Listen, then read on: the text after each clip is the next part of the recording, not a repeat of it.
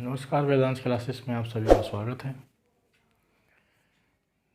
देखिए, हमारे कुछ क्वेश्चंस रिकरिंग डिजिट के रह गए थे। उन क्वेश्चंस को आज हम पूरा करते हैं और अपना रिकरिंग डिजिट का जो पार्ट बचा हुआ है उसको भी पूरा करते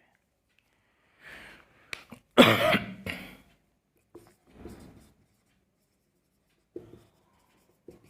रिकरिंग डिजिट या फिर डेसिमल भी इसको हम लिख सकते हैं। रिकरिंग डिजिट या फिर डेसिमल। देखिए, आज जो हमारा सबसे पहला क्वेश्चन है वो क्वेश्चन है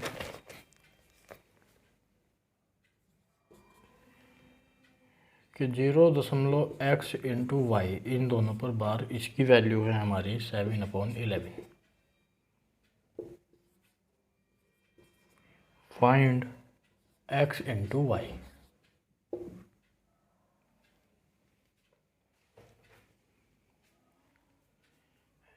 यानी कि आपको जो है x और y की जो उनके ऊपर बार है उसकी जो वीडियो है, सॉरी वीडियो आ रही है, उसकी जो वैल्यू है वो 7/11 है।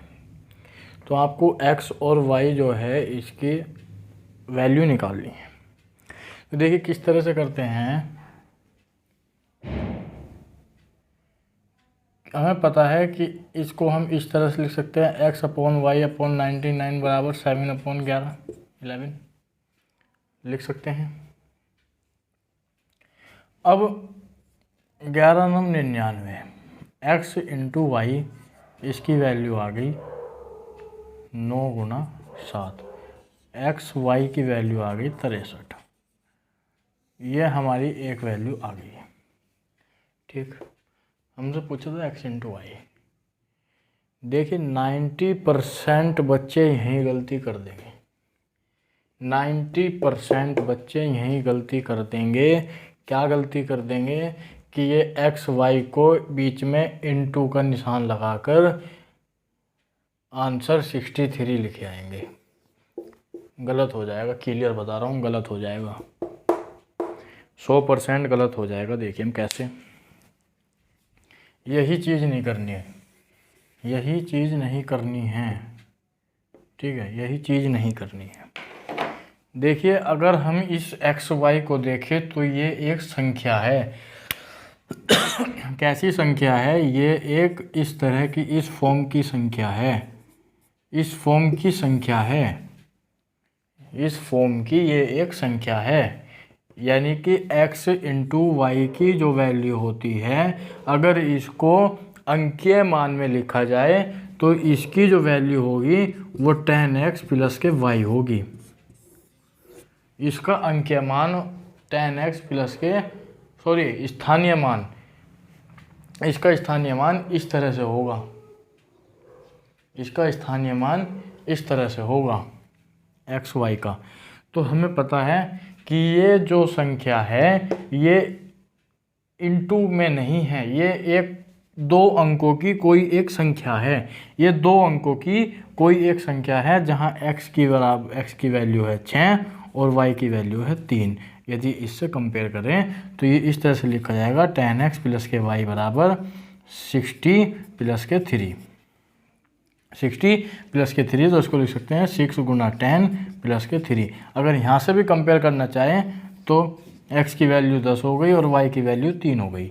x की वैल्यू 10 हो गई और y की वैल्यू 3 हो गई। अगर इस तरह से भी हम इसको कंपेयर करें तो अब हम आसानी से निकाल सकते हैं। अब हम आसानी से इसकी वैल्यू निकाल सकते हैं। कैसे? देखिए हमारे पास x और y दोनों की वैल्यू आ चुकी है।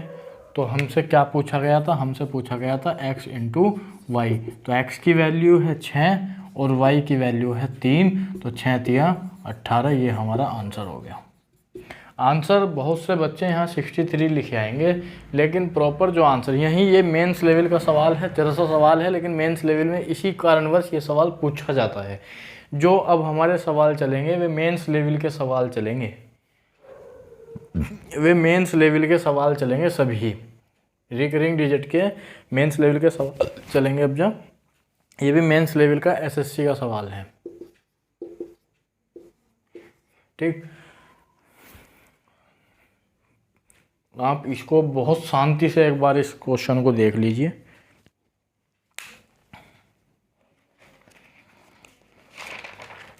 अगला क्वेश्चन फिर करते हैं।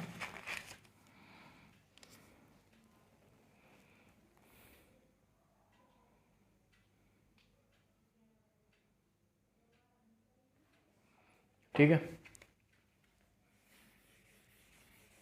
धीरे धीरे जब आप क्वेश्चनों को लगाना शुरू करेंगे आपकी सब समझ में आ जाएगा। धीरे धीरे धीरे धीरे सब आपके पल्ले पड़ जाएगा। अगला सवाल है एक्स वाई जेड इन पे बार 124/33।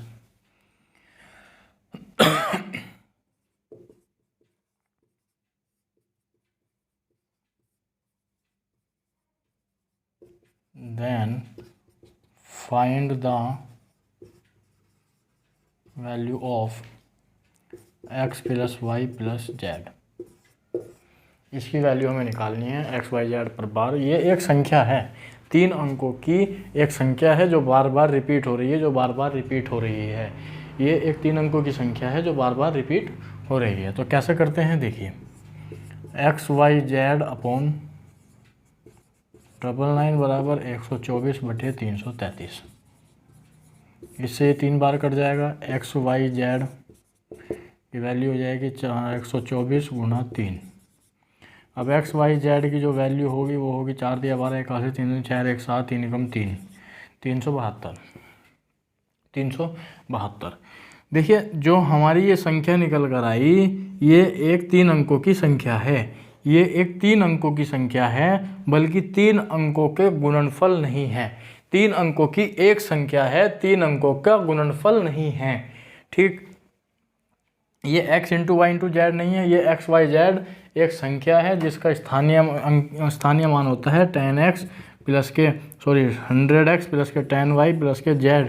तो इसको लिख सकते हैं 3 गुणा 100 प्लस के 7 गुणा 10 प्लस के 2। अगर यहाँ से कंपेयर देखना चाहें तो x की वैल्यू आ गई है हमारी 3, y की वैल्यू आ गई है हमारी 7 और z की वैल्यू आ गई है हमारी 2। ऊपर दिए गए प्रश्न अनुसार x plus Y plus Z की जो वैल्यू होगी वो 3 प्लस 7 प्लस के 2 इक्वल टू 7 3 10 और 2 12, यानी कि x जो प्लस और प्लस जेड की जो वैल्यू होगी वो होगी 12। ये हमारा आंसर। देखिए एक बार इसको,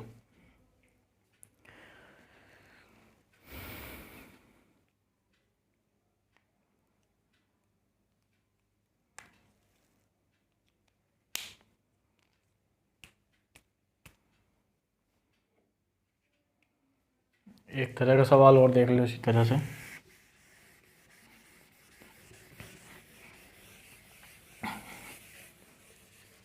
देखिए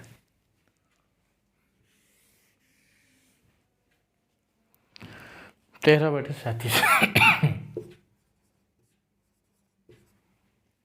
ठीक, अब हम क्या करते हैं, देखिए सभी सवाल अपने आप में अहम भूमिका निभा रहे हैं जो मैं आपको यहाँ करा रहा हूँ। आप प्रीवियस ईयर के क्वेश्चन पेपर उठा लीजिए और उसमें देख लीजिए कि जो क्वेश्चन मैंने अब तक कराए हैं वो एग्ज़ाम में पूछे हुए हैं या नहीं। वहीं से आपको अंदाज़ा लग जाएगा कि जो मैंने आपको क्वेश्चन कराए हैं वे इम्पोर्टेंट है या नहीं है, जो टॉपिक मैंने आपको कराए हैं वे इम्पोर्टेंट है या नहीं है।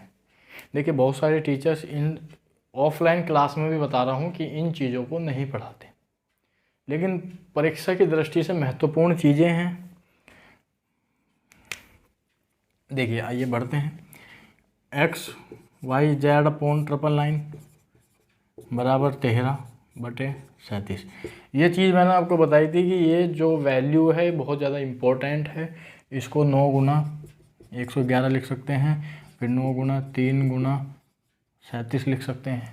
इस तरह से संख्या को ध्यान से देख लेना, इस संख्या को कई बार यूज होगी, उसको हम इस तरह से लिख सकते हैं। तो इसको क्या लिखेंगे, एक्स वाई जेड अपॉन 9 गुना 3 गुना 37 बराबर 13/37। 37 से 37 कटा, एक्स वाई जेड बराबर 13 गुना 27। 13 गुना 27। अब 13 गुना 27 करते हैं। 7 या 21 2 हासिल 7 एकम 7 और 2 9 गुना 3 दूनी 6 3 एकम 3 2 एकम 2 1 9 6 15, 351, क्या आ गया 351। एक बार 7 21 2 हासिल, 7 एकम 7 और 1 9, 3 दूनी 6, 2 एकम 2, 1 7 9 और 6 15, 1 हासिल 2 और 1 3, 351। यानी कि एक्स वाई और जेड की जो वैल्यू आ गई वो 351 आ गई। मैं आपको पहले ही बता चुका हूँ कि ये 3 संख्याओं का गुणा नहीं है, ये 3 संख्याओं की गुणा नहीं है, बल्कि 3 अंकों की एक संख्या है, बल्कि 3 अंकों की एक संख्या है। ठीक, अब यदि हम इससे कंपेयर करें तो कंपेयर करने के बाद x की वैल्यू जो होगी वो 3 होगी, y की जो वैल्यू होगी 5 होगी और z की जो वैल्यू होगी वो 1 होगी। यदि इस तरह से कंपेयर करें कि इसकी सैकड़े के सैकड़े मान से, दहाई का दहाई मान से और इकाई का इकाई मान से। ठीक, तो हमसे पूछा गया था x + y + z, 3 + 5 + 1, 5 3 8 और 1 9, यानी कि x + y + z की जो वैल्यू हो गई वो 9 हो गई। ये आपका आंसर। सवाल आसान है लेकिन बच्चा यहीं मार खा जाता है। आपसे ये ना पूछ के ये पूछ लिया जाता है कि एक्स वाई जेड की वैल्यू बताओ, तो आप यहीं से ही धोखा खा जाएंगे, एक्स वाई जेड की वैल्यू लिखेंगे 351, जो कि गलत हो जाएगा। 5 3 15 एकम 15, एक्स वाई जेड की वैल्यू होगी वो 15 होगी। ठीक,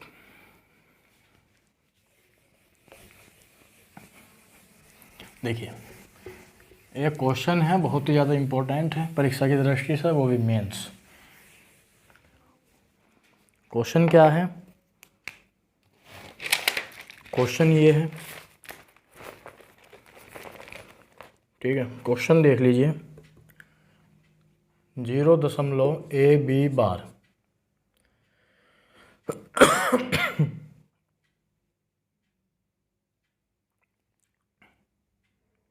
यहाँ है बार, सिर्फ यहाँ की तरह की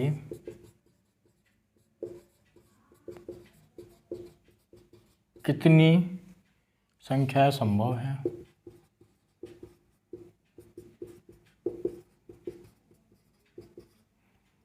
जहाँ एक कंडीशन दे दी है कि 0.AB बार और प्लस के 0.BA बार बराबर 8/9 दे रखा है। ठीक, ये आपको दे दिया।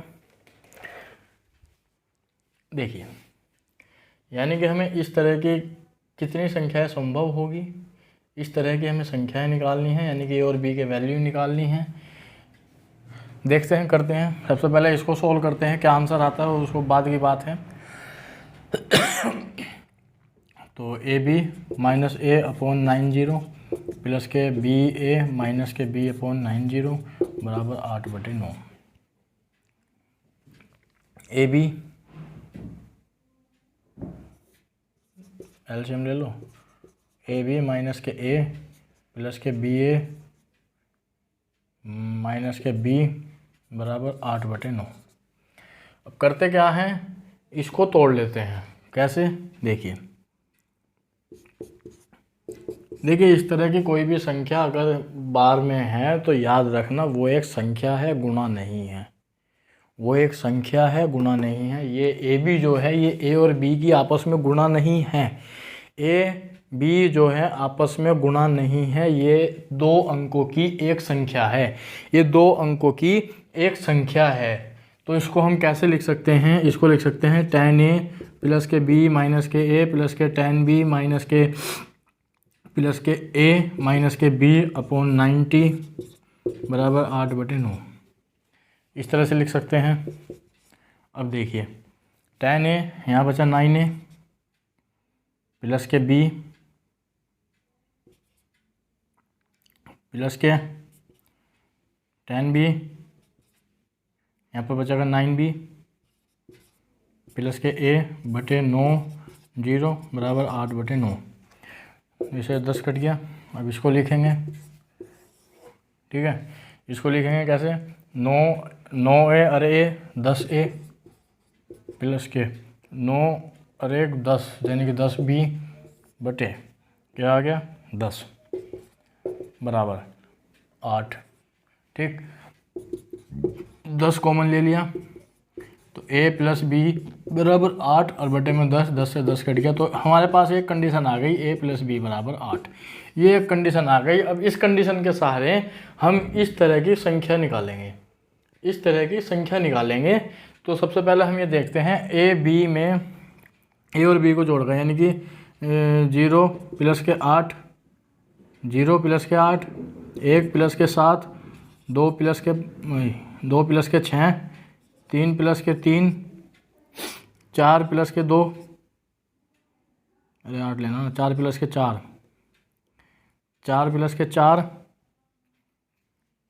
3 + के 3 क्यों ले लिया, 3 + के 5, 3 + के 5, 5 + 3, 5 + 3 और 6 + 2, 1 + 7, 7 + 1 + 7 ले लेना, तो आपको 7 + 1 लेंगे और 8 + 0, यानी कि 1 2 3 4 5 6 7 8 9, 9 संख्याएं हमारी बनी हैं। अब इन संख्याओं को इसमें सेट करके देखते हैं। सबसे पहले पहली संख्या उठाते हैं कि ये सिद्ध होती है क्या। देखिए, सिद्ध का मतलब है कि फ्रैक्शन फॉर्म में वो संख्या आनी चाहिए, फ्रैक्शन फॉर्म में वो संख्या आनी चाहिए। देखिए कैसे लेंगे, 0 और 8, यानी कि 0.08 इस पर बार। तो अगर हम इसको लें तो 0 8 माइनस के 0 बटे 9 और 0, यानी कि 8 बटे 90, बिल्कुल सिद्ध है। इस तरह की हम ये संख्या ले सकते हैं, इस तरह की ये संख्या हम ले सकते हैं।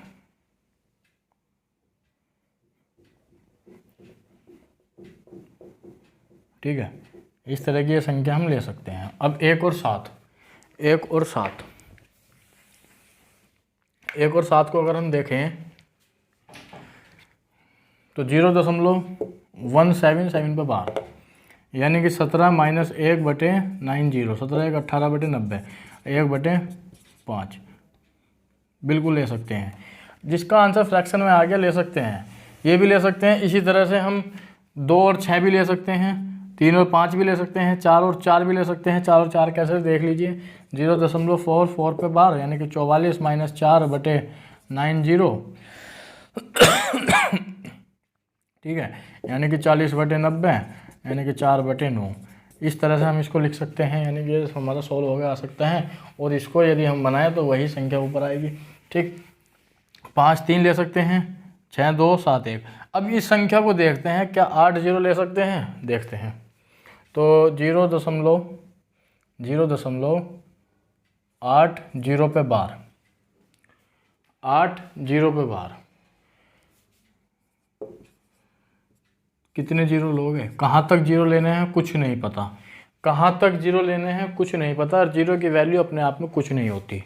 ठीक है, जीरो की वैल्यू अपने आप में कुछ नहीं होती। तो इस संख्या को जीरो पर कभी भी बार नहीं लगता। इस बात का ध्यान रखना कि जीरो पर कभी भी बार नहीं लगता, तो इस संख्या को हम नहीं ले सकते। तो कुल कितनी संख्याएं बनी, 1 2 3 4 5 6 7 8।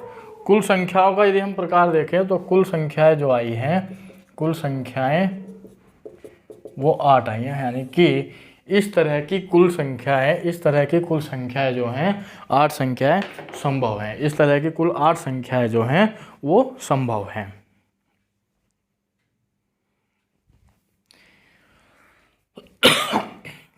देखिए एक बार और बता देता हूँ मैं आपको, हमारी ये कंडीशन निकल कर आई है, जो हमारी ये कंडीशन निकल कर आई है। सबसे पहले हम एक चीज़ देखते हैं कि किन ए और बी का ऐसा क्या मान रखें कि इसको जोड़ने पर हमारा 8 आ जाए। तो हम जो है 0 से लेने स्टार्ट करते हैं। तो 0 में क्या जोड़े 8 आ जाए, तो 8। 1 में क्या जोड़े कि 8 आ जाए, तो 7। 2 में क्या जोड़ें, 6। 3 में क्या जोड़ें, 5। 4 में क्या जोड़ें, 4। और जो फिर वही 5 में क्या जोड़ें, 3। 3 में 6 में क्या जोड़ें, 2। 7 में क्या जोड़ें, 1। और फिर 8 में क्या जोड़ें, 0। तो इसको हम ले नहीं सकते, क्यों, क्योंकि 0 पे कभी भी बार नहीं लग सकता, 0 पे कभी बार नहीं लगता। तो ये संख्याएं पॉसिबल है हमारी, ये संख्याएं पॉसिबल हैं। 8 संख्याएं जो हैं ये पॉसिबल है। एक बार इस सवाल को ध्यान से देखिए आप।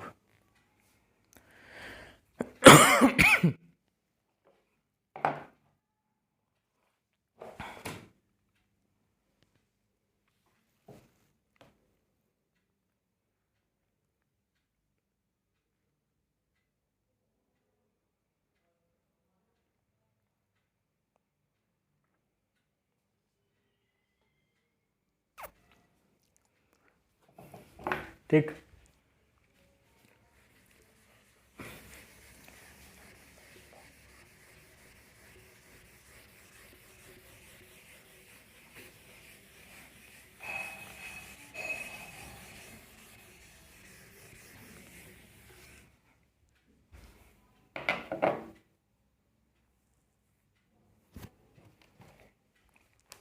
क्वेश्चन है कि 0.XYZ और YZ पर बार प्लस के 0.519 और 19 पे बार बराबर 13/15। तो हमें वैल्यू निकालनी है। Then find the value of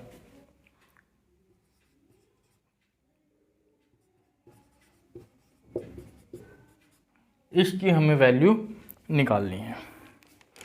इसकी हमें वैल्यू निकालनी है।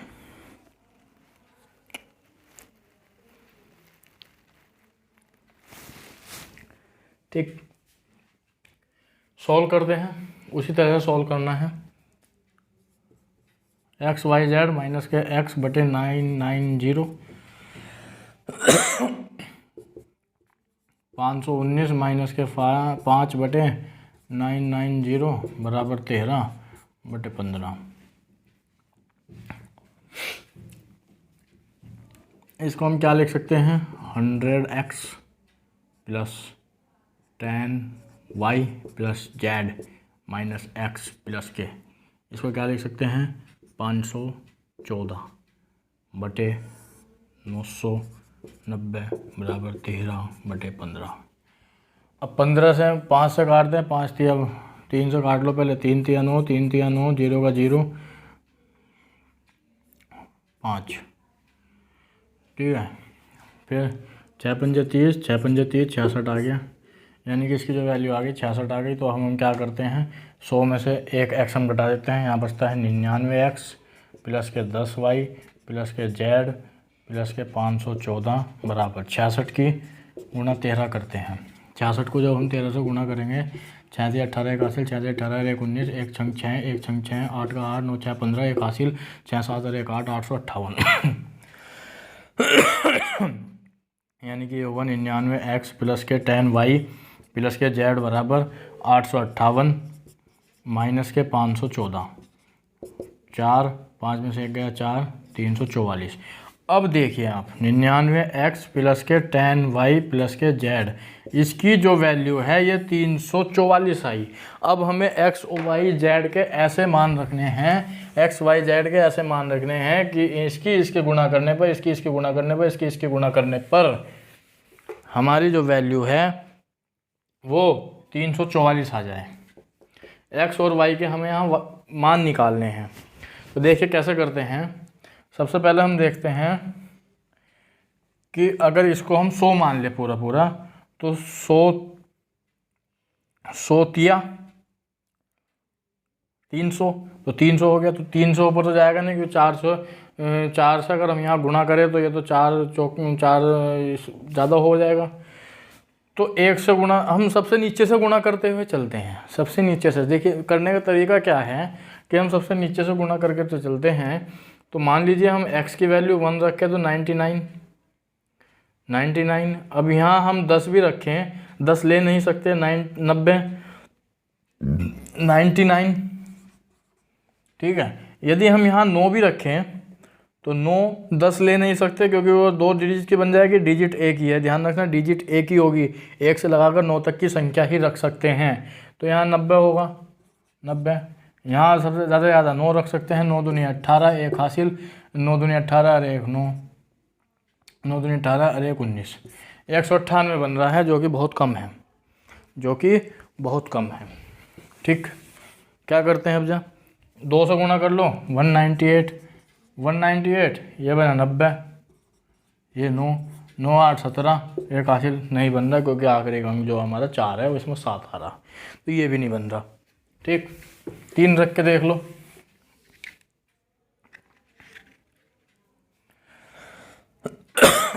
तीन 99 तिया 270, सॉरी 90 हो गया ना ये तो। 99 के 3 से करेंगे, 9 तिया 27, 2 हासिल, 9 तिया 27 और 297, तो कितना होगा 297, 297। अब हमें क्या करना है, हमें 344 में से इस चीज़ को घटा दो। 14 में 7 गए, 7 बचा, यहाँ कितना बचा 3, इधर राशि लिया, यहाँ बचा 4, यानी कि अब हमारा बचा 47। तो हमें क्या करना है, हमें 47 लाने के लिए तो 47 को हम क्या लिख सकते हैं, 40 + 7, 40 + 7, 40 + 7 इस तरह से लिख सकते हैं। तो अब हमें क्या करना है, वैल्यू हमारी निकल कर आ गई है। कैसे, देखिए x की वैल्यू अगर हम 3 रख दें, 99 × 3 प्लस के 10 × 4 और प्लस के 7, देखिए किस तरह से आया, दोबारा देख लीजिए। 1 रख के देखा, वैल्यू बहुत छोटी आई, 2 रख के देखा तो भी वैल्यू छोटी आई, 3 रख के देखा तो वैल्यू लगभग समथिंग आई, और वैल्यू क्या आई, वैल्यू आई हमारी 297। 297 यदि 344 में से 297 घटाए, 14 में 7 गए 7, यहाँ बचा 13, यहाँ बचा 4, तो वैल्यू बची 47। एग्जैक्ट वैल्यू जो बच रही है वो 47 बच रही है। 47 को हम लिख सकते हैं 40 × 7 और इसको लिख सकते हैं 4 × 10 प्लस के, ये प्लस है, प्लस के 7, इस तरह से लिख सकते हैं। यदि इसकी और इसकी कंपेयर करें तो y की वैल्यू यानी कि x की वैल्यू तो आ गई हमारी 3, y की वैल्यू आ गई हमारी 4 और z की वैल्यू आ गई हमारी 7। यदि हम मान लीजिए हम 4 भी कर लें, वैल्यू 4 रख के देख लो, तो 99 की जब हम गुणा करेंगे 4 से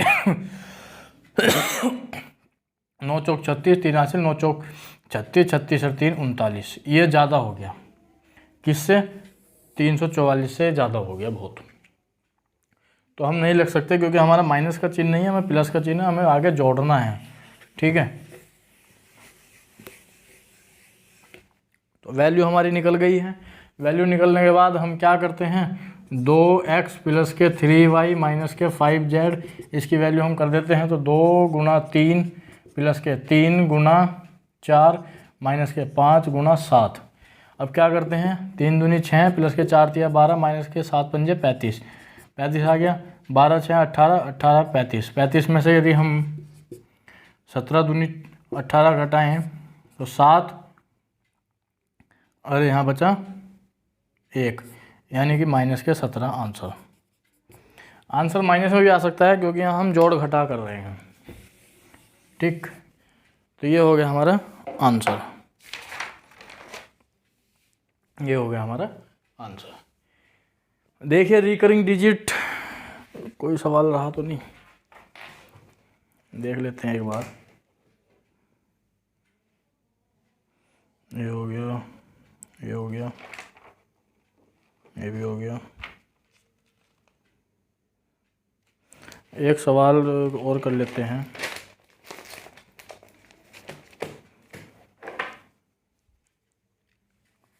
आखिरी सवाल है रिकरिंग डिजिट का, अच्छा सवाल है, मेंस लेवल का सवाल। मेंस का कभी कभी पूछ लिया जाता है लेकिन प्री में अधिकतर पूछने की संभावना होती है ऐसे सवाल की। इफ n इक्वल्स टू 0.6369 पे बार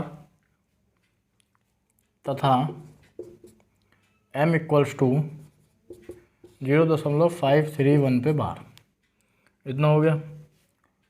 तो क्या करना है, 1/n प्लस के 1/m बराबर वाट, इसकी वैल्यू हमें निकालनी है, इसकी वैल्यू हमें निकालनी है। तो देखिए n की वैल्यू क्या दे रखी है, n की वैल्यू दे रखी है 369/999 और m की जो वैल्यू दे रखी है 531/999, ठीक, ये दे रखी है। अब जो कट रहा है काट लीजिए, 5 और 3 8 और 1 9 कट रहा है ये, तो इसको जब हम काटते हैं 3 दूनी 3 एकम 3, 3 एकम 3, ये बचा 2, 7 तिया 21, 7 तिया 21, 3 3 3, ये कट गया। 7 दूनी 14 और 1 15, फिर 3 से कट जाएगा तो 5 तिया 15 और 9 तिया 27, ये कट गया बटे 111। ठीक है, अब इसे काटते हैं। 6 और 18, 3 एकम 3, 3 दूनी 6, 3 तिया 9, ये बच गया 3 3 3, फिर 4, फिर 1 41 और ये बच गया भैया 1 1 1। ठीक, अब जो n की वैल्यू आई वो आई हमारी 41 बटे 111 और m की जो वैल्यू आई वो आई 59 बटे 111। n की वैल्यू ये, m की वैल्यू पूछा ये था, तो 1/n प्लस के 1/m इसकी वैल्यू डाल लेंगे तो ये पलट जाएगी, तो ये हो जाएगी 111 बटे 41 गुना प्लस 111 बटे 59, तो ये हो जाएगी। अब जो इसकी गुणा कर देंगे तो 41 गुना 59, तो ये हो जाएगा 59 गुना 111 प्लस के 41 गुना 111। जो भी इसको जोड़ घटा के बाद आंसर आएगा वो आंसर आपका हो जाएगा। ठीक, तो आज आपका रिकरिंग डिजिट यहीं समाप्त होता है। कल से हम क्लासिफिकेशन ऑफ नंबर पढ़ेंगे, यानी कि नंबर संख्याओं के प्रकार, कितने प्रकार की संख्याएं होती हैं और उसमें क्या महत्वपूर्ण है, ये चीज़ें हम कल से स्टार्ट करेंगे। और कल से आपको पढ़ने में दुगना मजा आने वाला है, क्योंकि असली नंबर सिस्टम हमारा अब शुरू हुआ है। असली नंबर सिस्टम अब शुरू हुआ है हमारा, और अब पढ़ने में आपको असली मज़ा आएगा। तो धन्यवाद, जय हिंद, जय भारत।